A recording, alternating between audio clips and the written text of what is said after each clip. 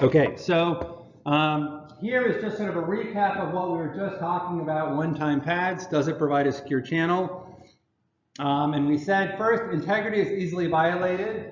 I showed right here how you can violate the integrity by changing bits in here. And there's no way with just this mechanism for the receiver to know that the data was changed. The other problem is that if you reuse the key for two different messages, then you can, if you XOR the two encrypted messages together, the output is the two keys cancel out, the key cancels out with itself, and what you get are the two messages XORed together, which probably leaks some useful information. If you encrypt the same message twice with the same key, you will get exactly the same output, so you know the same message was sent twice. So if you saw attack at dawn yesterday and then you see the same message today, you will know that they're going to attack at dawn again today if they use the same key. And another problem is that the key has to be really big, and so this is fine for sort of short messages where you don't send a lot, but if you want to send, if Netflix wants to let you watch streaming videos all day, then you need keys that are gigabytes long for every user out there. And so it's not a practical system, but it does have these nice properties that we can prove that it's secure for, in some conditions. Okay. So one of the things that I want to get across is that how we use cryptography is sort of a science, that we would like to develop a cryptographic scheme, and then we would like a proof that the scheme cannot be attacked. And we know full well that the proof is going to be faulty because we know that cryptographic schemes keep getting broken. But the idea is that a proof, the deal with the proof, and we'll go through it a little bit, is that we know what assumptions we're making, and so we can say if these assumptions are true, then the system is secure. If the assumptions are false, then the mechanism is not secure. So this means that to do this, we have to sort of have formal semantics or formal definitions of what a scheme does, exactly what every operation does. We have to know what are the security that we expect out of it, right? We have to know precisely what can an attacker do. Can they just eavesdrop? Do they see a bounded number of messages? Do they see an unbounded number of messages? What computational power do they have? So what we then do to actually prove something secure is we say that breaking the scheme is equivalent to something else. So for example, the RSA asymmetric encryption mechanism is built around prime numbers. And what people would say to prove that RSA is secure is that breaking RSA is equivalent to being able to factor 1,000-digit prime numbers. And so this means that one, if somebody can break RSA, it's great because we can now factor large numbers. But we can also sort of run it in reverse and say if we can't factor large numbers, then we can sort of prove that the mechanism is secure because the assumptions that you need to break it don't hold, so the scheme, the security, the way you break it isn't possible, and so it can't be broken. So this is sort of the general approach of how we think about the security of a mechanism. And the nice thing is that it sort of boils down, makes us state what our assumptions are, because it's easy to sort of write a mechanism and not really think about what you're assuming an attacker can and can't do. It also means that if you're analyzing a mechanism, you don't have to deal with all the details on it. You can say we're going to focus on sort of the assumptions that it makes and see if we can break the assumptions. So maybe we'll focus on factoring large composite numbers or making that easy or something like that. Or we'll sort of look at the model it uses of what an attacker can do, and we'll show that its model of what an attacker can do is the wrong thing, that attackers can actually do more. So here are some typical assumptions that people use when trying to prove that something's secure. One is that we talked about before, factoring large composite numbers is difficult and time-consuming. And how difficult it is, of course, depends on how fast your computer is, but we can sort of make prime numbers, we can make composite numbers bigger and bigger to keep track of this.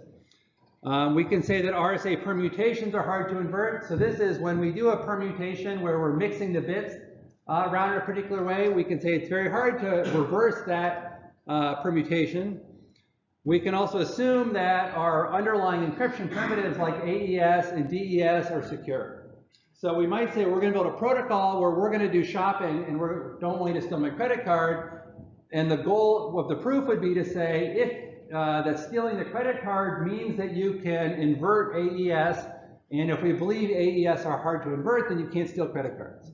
So we don't always have to sort of come down to some number theoretical primitive of what we have to prove. We can also make assumptions about higher level primitives. So the way that you get confidence in this is that typically you have a community of people around the world who try to break these things, and they try for a long time. That people will assume something is hard, and then some clever person in Moscow will figure out a way to say, well, it turns out that I can factor numbers twice as fast as you can, which means that the security is half as good as it used to be, because a system that used to take 10 years you can now break in 5 years. So that's sort of the idea of provable security. I now want to move on to how do we actually do symmetric encryption. So we talked before about one-time pads and substitution ciphers and said they were pretty bad. So we're going to now start looking at what is actually done in practice. So what is actually done in practice is that people don't encrypt individual bits. People actually encrypt blocks of data, the whole block at a time. And the reason you want to do this is because it lets you sort of take all the bits in the block and shuffle them around, so that some, if you have 64 bits, some of the bits at the end of the block can affect the encryption of the bits at the beginning of the block and make it harder to invert.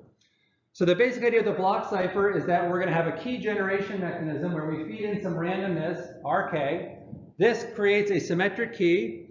We give the key both to the encryptor and the decryptor. The key has k bits, so you see at the bottom. The encryption function takes a k-bit key. It takes a message block of n bits, and it produces n encrypted bits out. So the encryption is exactly the same size as the input. So one thing to note is this means that every single output can be decrypted into an input, because they're both the same size. And because they're the same size, there has to, and the encryption actually works, it has to be reversible. So the security goal is that if we encrypt something, what you get out is should be indistinguishable from a random n-bit string from someone that doesn't know K to someone that doesn't know K. There should be nothing they can do to say that this encrypted data is anything other than purely random, anything that would tie it back to that input message. Is this idea clear?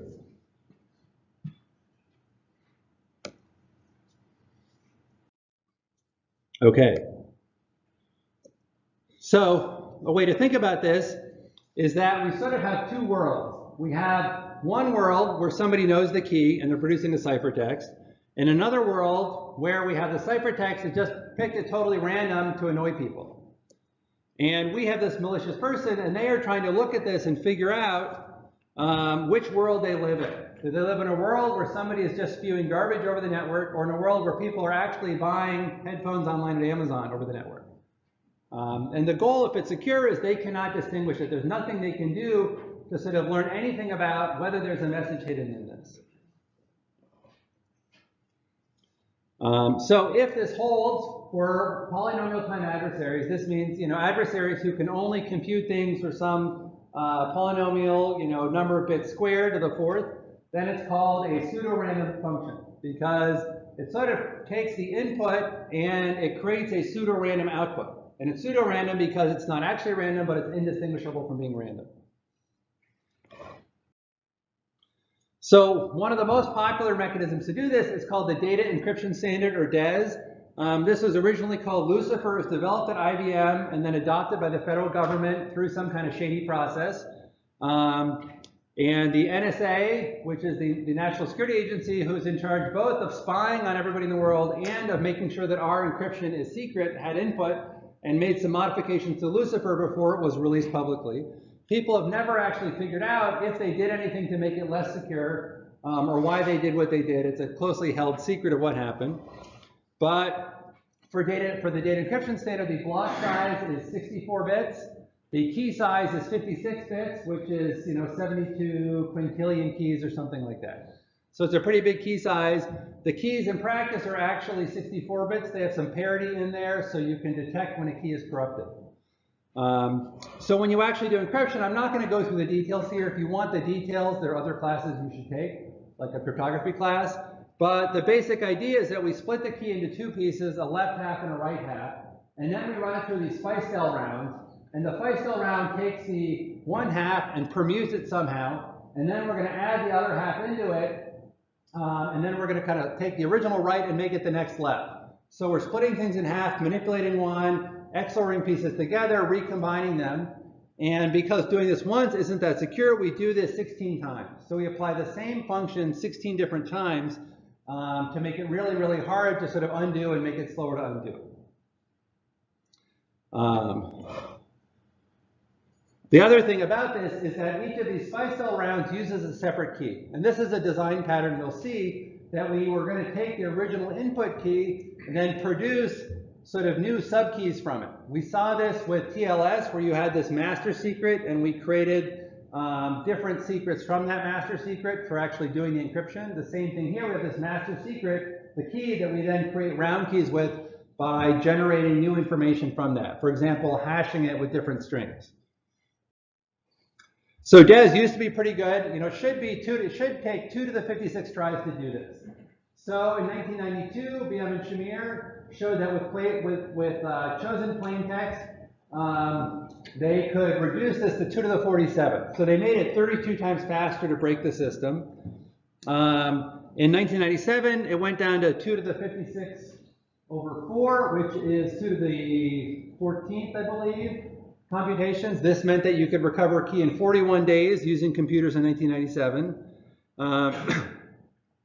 In 1998, this was reduced to 4.5 days. And then in 1999, it was reduced to 22 hours.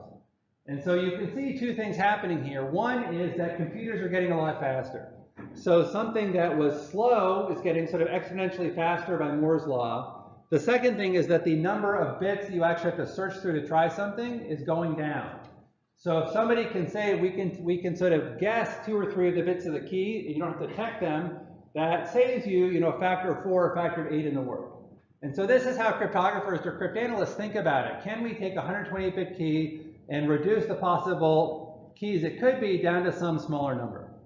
And so at this point, using just DES on its own is really not very secure. There is a variation called 3DES, where you create 3 keys and then you encrypt your data with all 3 keys separately, so you're triply encrypting your data. This is still reasonably secure and still widely used. And to some extent, the reason it's used is because banks are really slow to adopt new technology. That, new, fast-moving internet startups can very easily adopt new mechanisms. People running COBOL programs on IBM mainframes have a much harder time adopting new things. The other thing is that DES was designed to be implemented in hardware. It's actually pretty slow in software because at the time, software was sort of too slow to actually do this. And so if you have a lot of hardware with DES built into it, you're sort of loath to replace it. Any questions on DES? Okay, so we know DES is bad. So in response to it being bad, the National Institute of Science and Technology said, we need a new encryption standard. And in this time, they were smart. They didn't go to the NSA and say, build us an encryption standard. And the reason is that if the NSA builds encryption for you, they're going to put a backdoor in so they can decrypt all your things. And this is well known. They actually developed a asymmetric encryption mechanism called Clipper, or Skip. I think it was Skipjack, I believe. And it actually intentionally had a backdoor put into it so that the FBI and CIA could decrypt everything in case they were trying to prosecute a criminal case or spy on you. So needless to say, much of the world doesn't like things that are designed by the NSA. So for AES, there's a public worldwide competition. Anybody in the world could submit a encryption mechanism. There was then a panel of experts who sort of reviewed all these submissions for a very, very long time. They tried to break things. So it was a 5-year design competition. They looked at 15 different mechanisms. They finally picked something that was originally called Rheindoll. And in a way, it's a lot like DES, but it's sort of bigger and more robust. Here, it works on 128-bit blocks, so it's bigger, which means we don't have to apply it as many times. Data is bigger, so that's okay. It has 3 different key sizes, 128 bits, 192 bits, and 256 bits. And the idea is that these smaller key sizes make it run faster. So if performance is a big issue, you can use a smaller key with less security. If it's less of an issue. So the number of keys you get, you can see, is pretty astronomically large.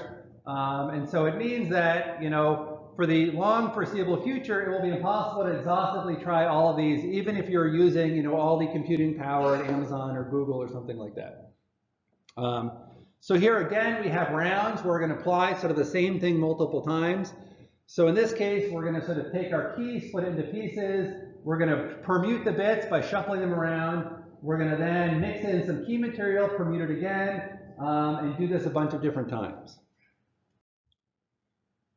So here's sort of a figure of what happens with the key expansion. We're going to take the key and we're going to apply some function to create all these subkeys that we use for each round.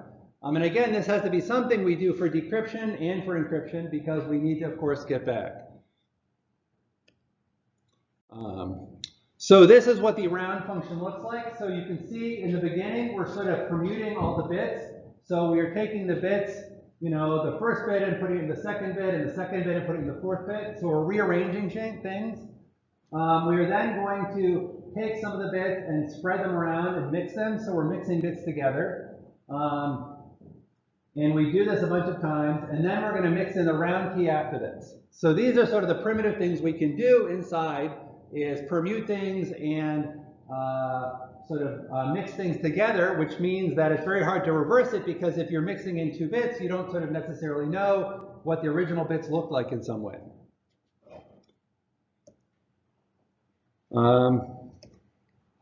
So, you know, the thing to remember again is designing a good crypto system is hard. Doing it with a public design process is good because it's really hard to get it right. So having lots of people look at it, and you should expect that things will get broken and that you will have to fix it somehow.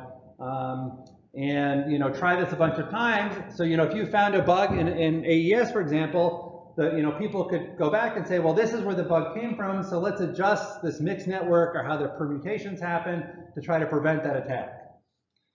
So you might wonder, how good is AES? So in 2011, there was an attack that went from, for 128-bit key, it got it down to 2 to the 126.1, so approximately 4 times faster than brute force, which is still pretty useless because 2 to the 126 is still a pretty big number. So AES is still considered pretty good. Okay, any questions on DES or AES? These are our block cipher primitives. We're now going to treat them as a black box that just does encryption for us and not worry about the internal details, and we're going to assume henceforth that they are secure.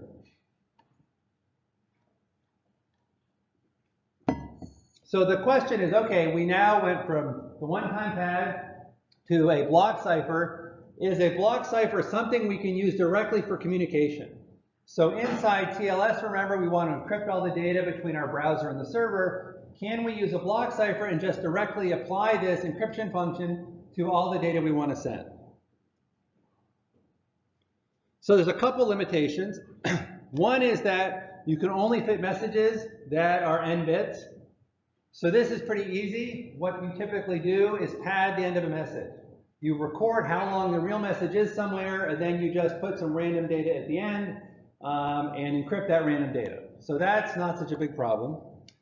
The other problem is that we sort of leak when we're sending the same message twice again. The same problem we had with the one-time pad. So if m is equal to m prime, then when we encrypt m with k, we're going to get the same result when we encrypt m prime with k. And this is exactly what we want, right? If I send you the same message twice, you better be able to decrypt it. So this is sort of the definition of cryptography, but it's a bad property for communication. The other problem we have is authenticity, which means that if I send you a block of text, I said before, every single block of ciphertext, because it's the same size as the message text, can be decrypted as some valid message text. So if I'm, for example, trying to send you a secret key to use in the future, and I encrypt it, and then you decrypt it, you can't tell if it's the actual secret key that I sent, or somebody else made up a secret key and sent it to you, and you're getting absolute, or just a totally random number. So you can't tell just from decrypting something if it's valid or not. So what people have figured out then is we now have to use block ciphers as a primitive operation, and we need a protocol on top of it how to use it. And this is called a mode of operation. And then we'll see there's different modes of how we can use block ciphers. So the first one is called electronic codebook. And if you think about a codebook as a spy, the idea is, you want to send a message, you open up your book, you look for the message you want to say, attack at dawn, it'll tell you this is the message you say, the sky is blue, you send the sky is blue. So there's a one-to-one mapping between the messages you want to send and the encrypted version of those messages. So in this case, you take your message, you split it into pieces, M1, M2, M3, you encrypt each of them with the encryption key, and then you send them as ciphertext 1, 2, 3. Right, so this is very similar to what we did with the one-time pad. The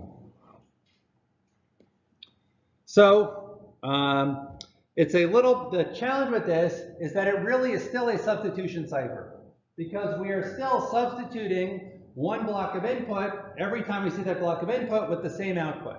It's true the block is bigger, it's not a single character or 8 bits, an 8-bit byte, it's a 64-bit block for DES or 128-bit block for AES, but we're still substituting it. So if our input happens to have repeated values, we see repeated values in the output. So for example, if you take this picture of Tux the penguin and you encrypt it with ECB, because the white is repeated a lot and the black is repeated a lot, you can actually see in the output that it's a penguin, right? Which is probably not what you want when you encrypt something. So this is why ECB is sort of used for educational purposes, to tell you why it's bad and motivate other modes of operation, but it's not actually used in practice. Any questions? Do people understand why this happens?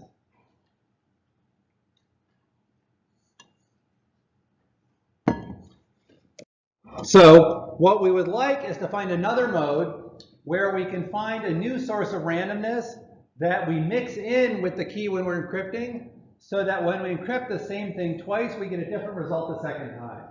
So if we use one of these other modes like counter, GCM, other modes, then when you encrypt the penguin, you will just get a random value out, because even if you encrypt the same thing twice, you get totally different output the second time. Okay, so the first thing we'll look at is how can you use a one-time pad like a stream cipher, and this is called counter mode. And basically what we're going to do here is we are going to, when we encrypt things, we're going to take the key we're encrypting with and we're going to mix a counter into it, so that we're going to have a different counter value for each block that we encrypt. This means if we encrypt the same block of input twice, we'll get a different output because we have mixed in different counters. So in this model, we're going to introduce what's called initial vector, an IV. And an IV is basically a piece of random information that we are going to use during encrypting to provide extra randomness to mix things up. When we communicate, we usually have to send the IV to the recipient so they can decrypt it. So it's not secret information, but it is random information. So in this model, we're going to pick an initial vector. When we want to encrypt something, we are going to increment the initial vector, encrypt the initial vector with that number to produce an output, this temporary output P, and we are going to encrypt the first block of the message XOR the first block of the message with this temporary key. So the interesting thing is we are not encrypting the data at all. We are just encrypting the initial vector as it counts up, and we're XORing that with the message.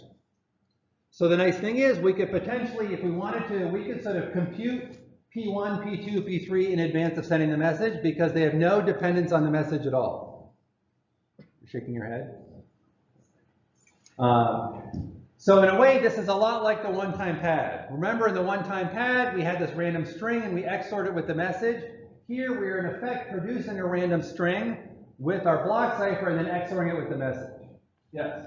What is EK? EK is the encrypting with key K. So then remember, when we first talked about block ciphers, we had at the top we had KG, which was key generation, and then we had a box that said EK and DK. And the gray EK box is the encryption box that takes a key and encrypts something, and the DK box takes a key and decrypts something. So it's our sort of primitive block cipher mechanism. And here we're just treating it as a black box or gray box. Okay?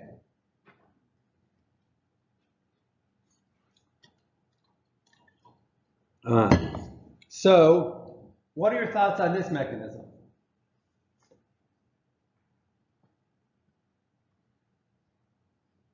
Yes. The encrypted string added to the encrypted random bit. It is. Well, I mean, it's the same. It's just like the one-time pad. Where in that case, we weren't encrypting the data. We were XORing it with random data, which does encrypt it because you can't predict what the output would be. So in that sense, we're not running the data through this mechanism, but we are XORing it with something that was run through the mechanism, which hopefully is equally good. Any other thoughts? So we saw that one-time pads had a problem, some security problems. Does this have the same security problems the one-time pad has?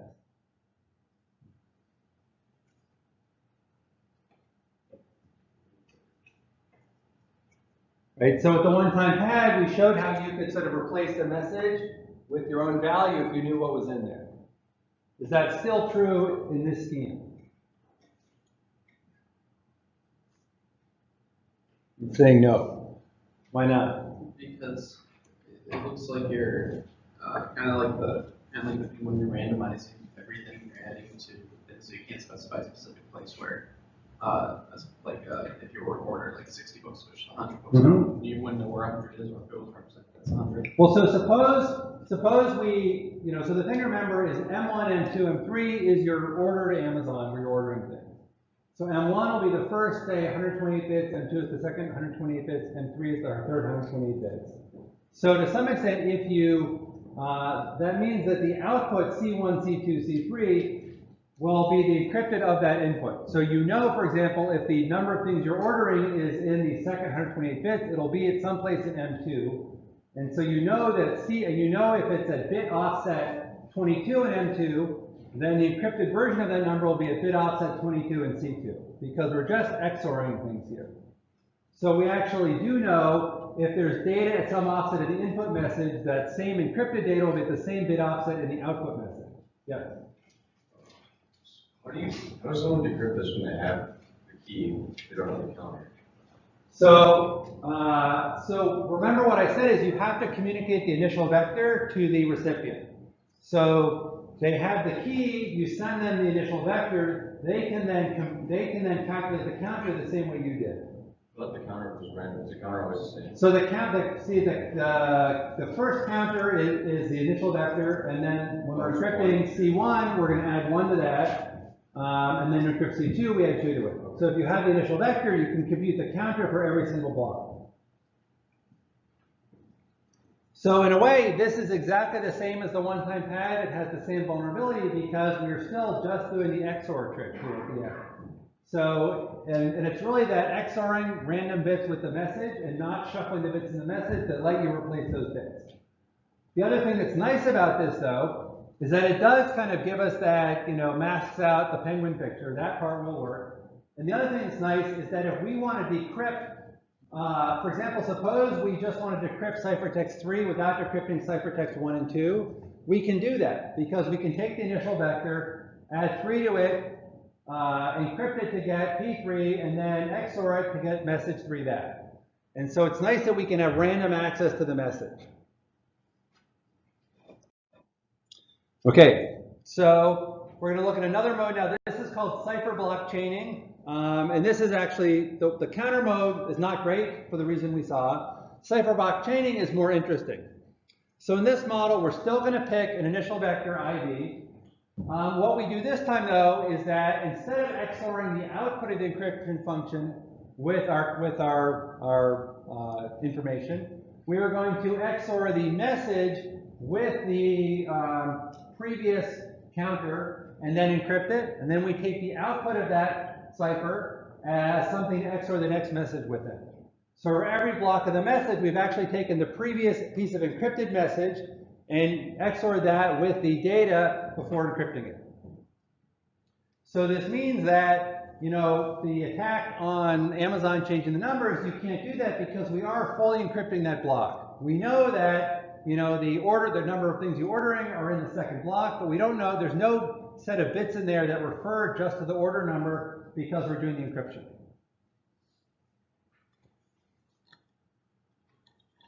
So how do we actually do the decryption here? Suppose, for example, we want to decrypt C3. If we want to decrypt C3, we would just run the decryption with our key. We're then going to get some output. We're then going to XOR that output with the previous block, C2, and that will give us our message. If we want to decrypt C2, the same thing happens. We decrypt it. We then take C1, XOR it with the output of the decryption function, and we get our message back. So again, we can have random access to decryption because we just need to know the preceding ciphertext block to decrypt something. So this has some nicer properties. So there's a question of how strong is this? What can an attacker learn if they see the initial vector C0 and then they see the ciphertext C1, C2, C3? So if they could learn the key, this would imply they could break the encryption mechanism. And so because they can't learn, there's no way to get the key from this because you have to invert the key. You have to sort of invert EK to get anything out of this. We're not leaking any, we're not, if we assume the E is strong, then we're not leaking anything. If they see the messages C0, C1, D2, can they get the messages out? No, because again, we're doing the encryption and we're assuming that that they can't invert the block cipher without knowing the key. And so because they can't do this, they can't get the messages back. So this is sort of how you apply this provable security idea.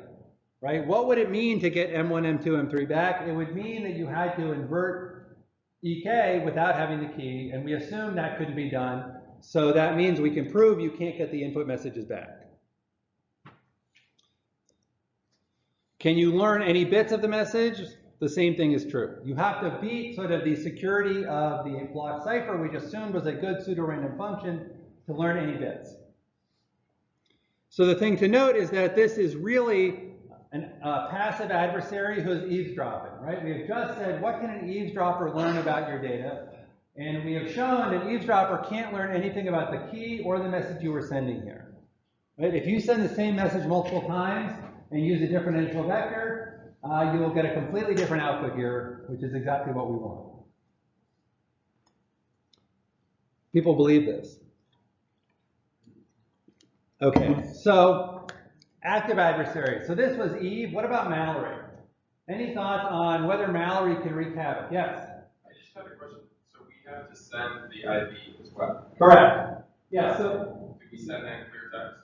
you can send it clear text. The thing you need to do is make sure that the integrity of the ID is preserved. You don't want an attacker to modify the ID, because if they can modify the ID, they might get you to decrypt the wrong message, for example, and get you to replay a previous message. So we need some kind of message authentication code on the ID. Okay, so what can an active attacker do here? So remember, an active attacker can record messages, replay messages, make messages go away.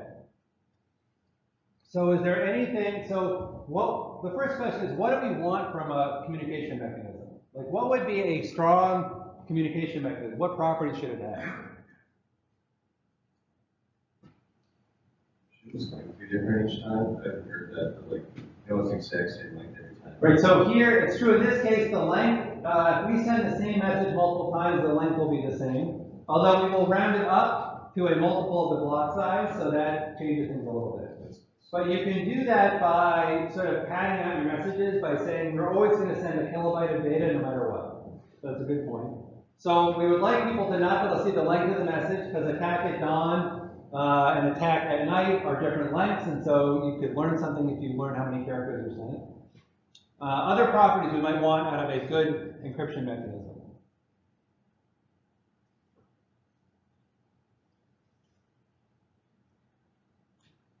I mean, ideally, what we would like to know is that if I send you a message, you would like to know that I sent you the message and that it's the complete message that I just sent. That you haven't swapped out parts of the message with messages that I sent earlier, and that you didn't leave parts of the message out. So you think about ECB, for example, electronic code book. You can just take any of those blocks and drop them out and send any subset, and the receiver will receive and decrypt them just fine.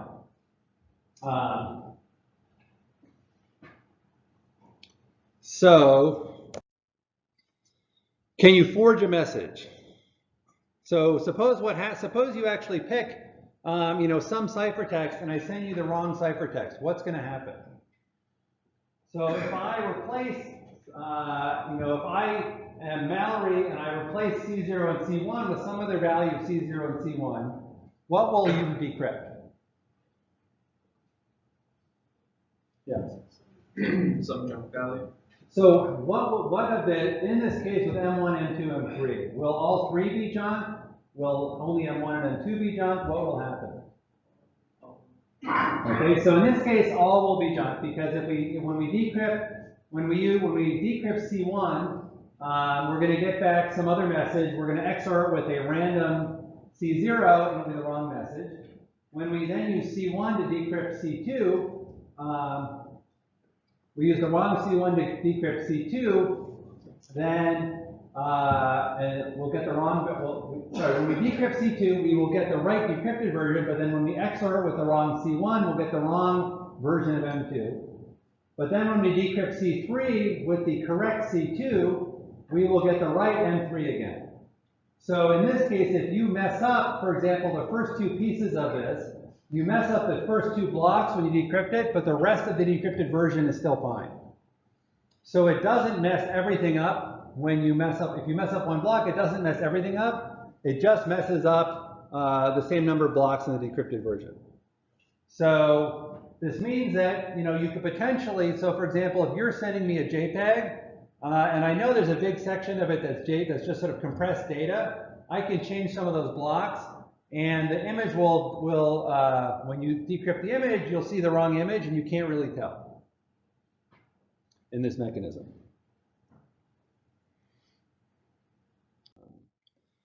So the other thing you can do is you can sort of cut and paste messages to some extent. So suppose I have a message, initial vector, C1, C2, C3, C4, C5. One thing I can do is I can just cut the end off, right? You don't know how many, if you don't know how long the message is, you don't know if I've cut pieces off of it. I can also cut off the beginning of it and just send you the end of it because you can't tell whether I sent you the real initial vector or I sent you some ciphertext as the initial vector that you just didn't treat as part of the message. So if you have a protocol where you can't tell where the beginning is, you can potentially subvert someone. The other thing is that if you sort of snip things out, for example, if you get rid of C2 and C3, you only get one bad block decrypted. C4 will decrypt correctly because you don't have the right C3, but C1 and C5 will decrypt correctly. So you can sort of manipulate what is being sent here. So the thing to learn from this is CBC is great for encrypting messages. Nobody can snoop on them. But if you care about integrity and people not modifying the message, then CBC does not guarantee integrity because it doesn't guarantee that you can detect when something has been modified.